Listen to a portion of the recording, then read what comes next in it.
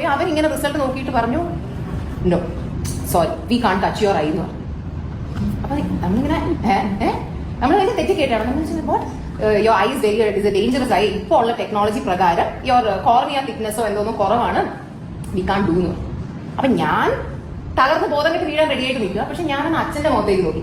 സാധാരണ എന്ത് ഡിമ്മ് പറ്റിയാലും അച്ഛൻ പോട്ടടാ സാറില്ല ആ ഒരു മൂഡിലാണ് അച്ഛൻ നിൽക്കുക. അച്ഛൻ തകർന്ന് മറ്റേ തരിപ്പണമായി സൈഡിൽ ഇല്ലാതായിരിക്കുക. അച്ഛൻ എന്ത് ചെയ്യണം, അങ്ങനെയായി പോയി. അപ്പൊ ഡോക്ടർ പറഞ്ഞത് അങ്ങനെയാണ്, ഡേഞ്ചറസ് ആണ്, ശരിയാവില്ല തൊട്ടാലെന്ന് പറഞ്ഞു. അപ്പൊ അച്ഛൻ ഒരു ഡയലോഗ് പറഞ്ഞു. അച്ഛൻ പറയാ, എനിക്ക് കൊടുക്കാൻ പറ്റുന്ന ഒരു സാധനം ആയിരുന്നെങ്കിൽ ഞാൻ അത് കൊടുത്തേനെ, പക്ഷെ എനിക്കത് കൊടുക്കാൻ പറ്റില്ലല്ലോ, അങ്ങനെ പറ്റില്ലല്ലോ, അങ്ങനെ പറഞ്ഞു. അതുവരെ ഞാൻ ഇങ്ങനെ ബോധം കെടാൻ റെഡിയായിട്ട് നിന്ന് ഞാൻ ആ ഡയലോഗ് കേട്ടിട്ടുണ്ടല്ലോ, ഞാൻ ചോദിച്ചു കാഴ്ചയില്ലെങ്കിൽ എന്താ ഇങ്ങനെ പറയാൻ നിൽക്കുന്ന ഒരു അച്ഛനില്ലേ? കാരണം നമ്മുടെ അച്ഛനും അമ്മയും ഒഴിച്ച് ഈ ലോകത്ത് ആർക്കും അത് പറയാൻ പറ്റില്ല. നമ്മളെ എത്ര ഇഷ്ടമുള്ള ഒരാൾ, നമ്മുടെ സിസ്റ്ററോ സിബ്ലിങ്ങോ പാർട്ട്ണറോ ആരുണ്ടെങ്കിലും അത് പറയില്ല. നമ്മുടെ അച്ഛനും അമ്മയ്ക്ക് മാത്രമേ എന്റെ കാഴ്ച കളഞ്ഞ് എന്റെ കൊച്ചിന് കാഴ്ച കൊടുക്കാൻ പറ്റുമെങ്കിൽ ഞാൻ കൊടുത്തേനെന്ന് പറഞ്ഞു.